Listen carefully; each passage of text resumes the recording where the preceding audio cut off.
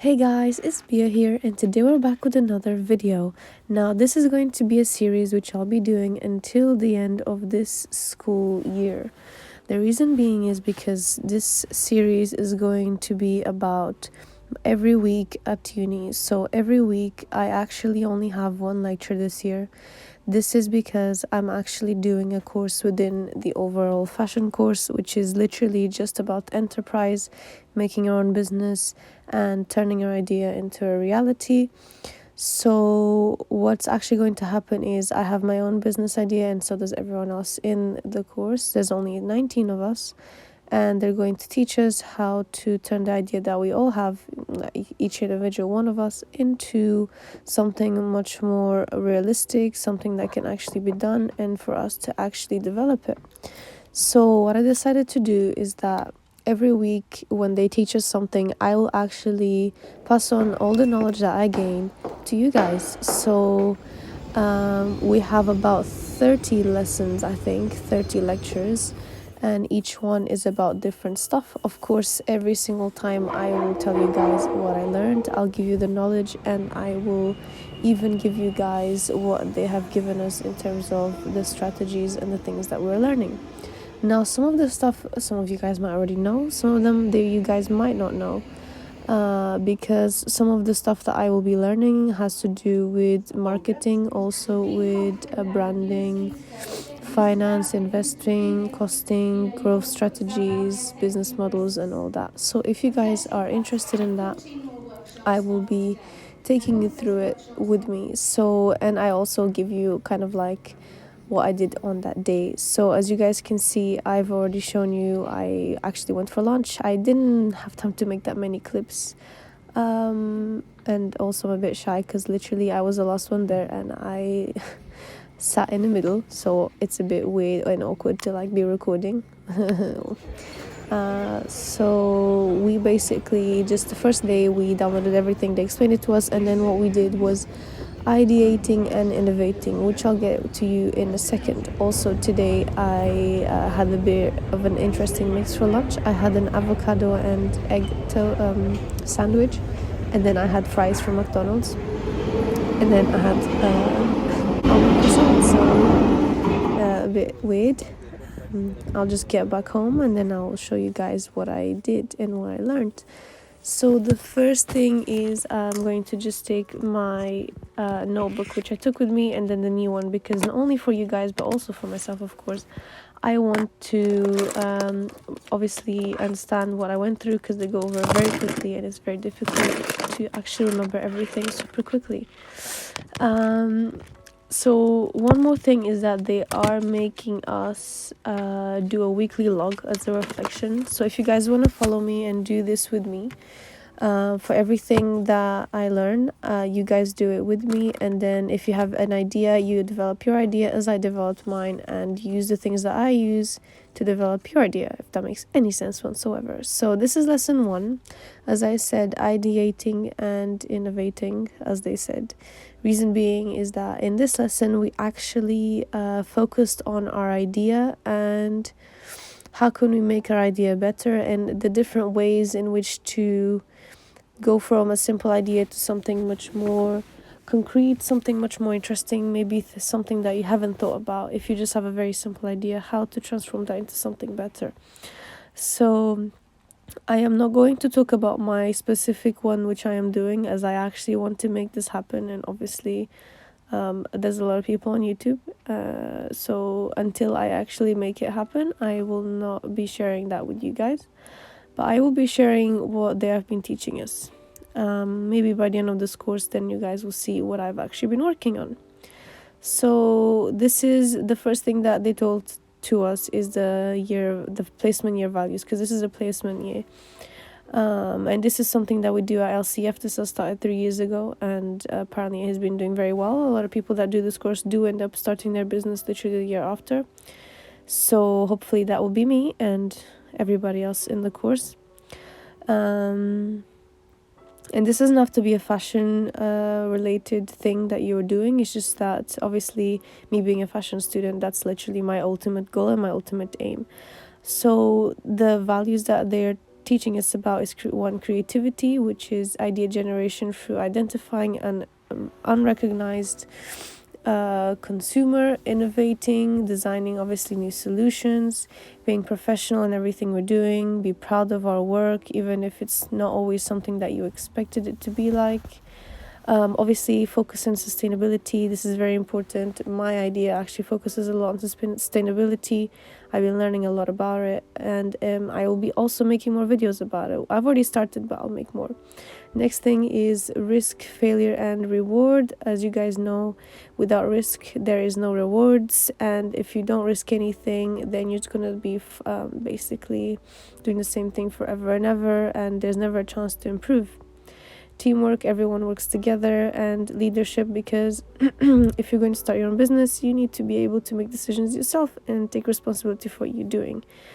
Achievement, which is basically turning your ideas into reality, what you're achieving throughout the year, and learning, because every single time I'm going to be making these videos, guys, you will be learning with me, and hopefully we can all benefit from this that we are doing together.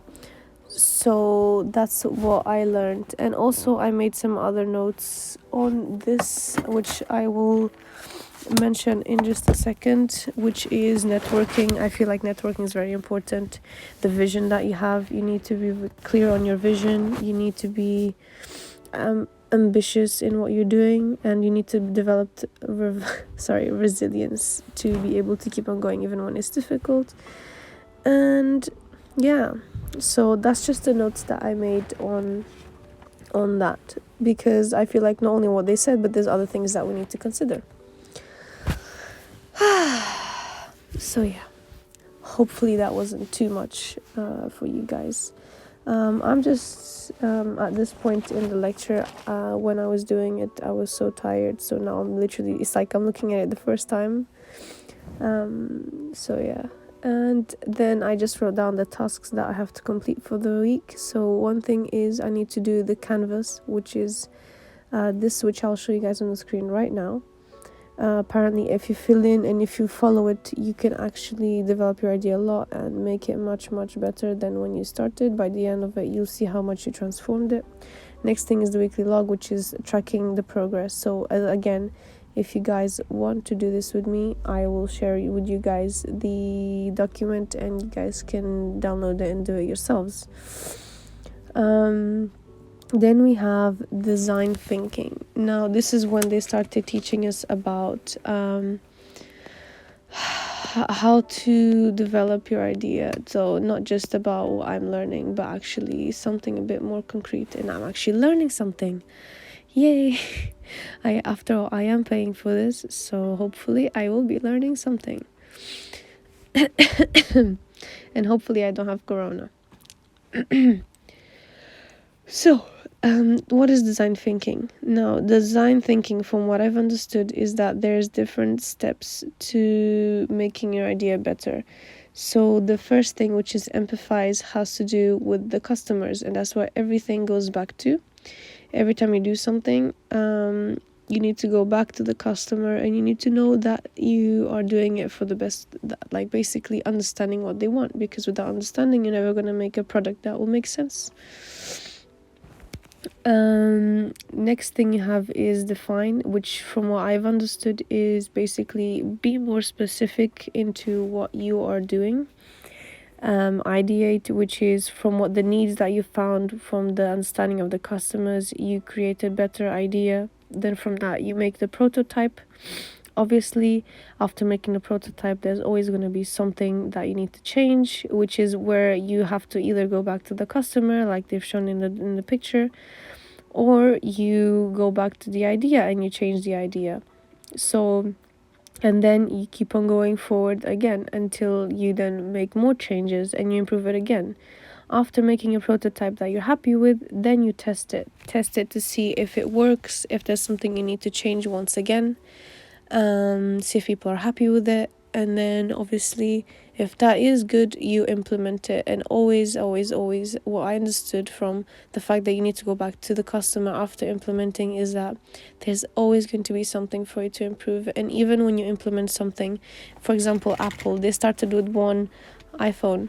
Now look where they are now. They keep on implementing different things. They keep on changing the design. And that's how you keep your customers happy, because you keep on going back to them and looking at their needs. Next thing we have is the minimum viable product. Now, the minimum viable product is a product that is good enough to solve the core problems of the customer, but only has a few functions and can only do a few things and is still quite limited. So this means that they need refinement, polishing up, and it can be used. It can be tested in the market, but still, it wouldn't be a finished proper product. Now, sorry, I keep on coughing. Hope I don't have corona. So to solve the core problems, for example, you can make an app. It might be almost done, but obviously it is not fully complete. It is still not super clean and polished and 100% done. But you've done the coding for the app, and you can see more or less how it's going to work. And you test and you ask people how comfortable do they feel using the app. Just a simple way of explaining what the minimal viable product is. Now, the reason why they're teaching is that minimal viable product is what everyone should have at this point. Well, not at this point. You should start from your idea, which is what we are at this point. Soon, in a few lectures, we should start looking at what's our minimum viable product, which is what is the thing that we're making that will actually be used for us to test it. And then the next thing that we learned was, why do businesses fail? Because after having a product and after having a great idea, there's always a chance that it isn't going to work. Now, to make it so that we don't fail, and so the business can keep on going and is actually done properly, we need to take things into consideration. So the reasons why most businesses fail is that, one, their idea is poorly conceived. So maybe there's something that someone missed out on the steps, maybe didn't do their research properly, maybe they don't actually understand what the customer wants. The next thing is a lack of funding. So if you try to start something but you don't actually have enough money to keep it going and to push it forward, because the beginning is always difficult. And the next thing is that the funders, for some reason, they don't manage it properly. Maybe they're not organized. They don't know how to manage their time. And the last thing is recruiting the right people. So a lot of brands, I mean, to be honest, even with the places where I worked and I work right now, I would say the people working in there make such a big difference. And when there's people which are lazy, the business really, really gets affected. So being careful on that is very, very important. Because even if you have some that are amazing co-workers and some that are not, it's never going to be the best team ever, because some people are lazy. They don't want to work. They don't want to do the job. So how do we reduce the failure? So one thing is that us as entrepreneurs, we need to develop on the assumptions based on our research. So for example, we go online, we try and see statistics, we see if there's a gap in the market, we see if our idea really is feasible. Maybe there's already people complaining about something and we are the ones with the solution. So that's how you can know, and you make these assumptions based on evidence. Just like in maths, when you're extrapolating, you are making an assumption based on evidence, not just based on what you think, based on something you can see. Next thing is the customer. If you actually go and try and find your customer and speak to them directly and ask them what they need, ask them how best can you serve them, how best can you solve their problems. This is going to make it so much better for you from the beginning, because you're going to be making something for someone's needs rather than something that you just want to make. Because after all, you need to sell to people, and if you don't meet their needs, it's not going to work out. Then we have the last one, which is doing small adjustments and change ideas which are not working. So for example, in the beginning, you might start with something that works out, but it works out for a few months and then people get bored of it. So you need to change up what you're doing to keep them interested, to keep them coming back to your business. Or for example, your original idea has some defaults and people, after buying it or after looking at it, reviewing it, they tell you that things are not right here and here. Obviously, if some things are not right and people can clearly tell from the beginning, you might as well fix it, and you'll have such better time making money and developing a brand. Next thing they talked about was fixed mindset and growth mindset. So obviously you can probably calculate that the growth mindset is much better than the fixed mindset. Reason being is that the growth mindset is basically a mindset of someone that will be willing to learn, will be willing to change, will be willing to take on feedback, and doesn't just avoid challenges, doesn't just try to basically give up easily, just stays in their own ways and doesn't change. You should be a growth mindset where you actually persevere and you keep on going even when it's difficult, and you try to learn as much as possible, and you put a lot of effort. And you also, very important, you take inspiration from other people, and you don't get jealous if someone's more successful than you, because you can always learn from someone who has done more than you. You shouldn't be jealous, because after all, they maybe have worked harder than you, and you don't know the reason why they're succeeding and why you're failing. You should look at why they're succeeding to help you improve yourself. And then the last thing, which I actually found quite interesting, is different ways of thinking in terms of how to get your ideas. So one of them is divergent thinking. That is when you start with a prompt, for example, making rain jackets, and then you think about the different ways in which you can make rain jackets and how you can innovate them. Maybe you can make it for someone who goes bike riding. Maybe you can make it for someone who is, to be honest, I have no idea why I said rain jackets, because I can't come up with many ideas. But basically, you start with one thing, and from that one thing, you generate a lot of ideas. And then convergent thinking is the opposite, where you kind of have different things that you want to resolve.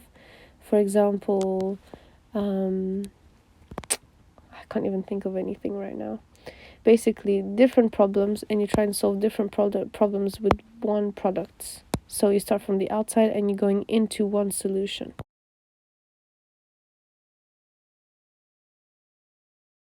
Now, we did learn a few other things, and I will leave a link in the description of this video to a few of the pages of the different theories and methods that the lecturers have given us for you guys to check out. But if I keep on talking about it for the next hour, we're still going to be in this first video, and I don't want to keep you guys any longer. So this is it for this video. I hope you guys enjoyed. Give me some feedback in the comments if this is something that you like, if this is something different I should do. And please don't forget to subscribe to the channel. Don't forget to leave a like on this video. The channel is growing faster than ever, and I'm very happy about it. That means that you guys are really enjoying the things that I am putting out there. And again, if you have any questions, don't forget to leave a comment below. Literally anything, I will answer you guys. I'll help you guys out. So yeah, thank you so much for watching, and I'll see you guys next time. Bye.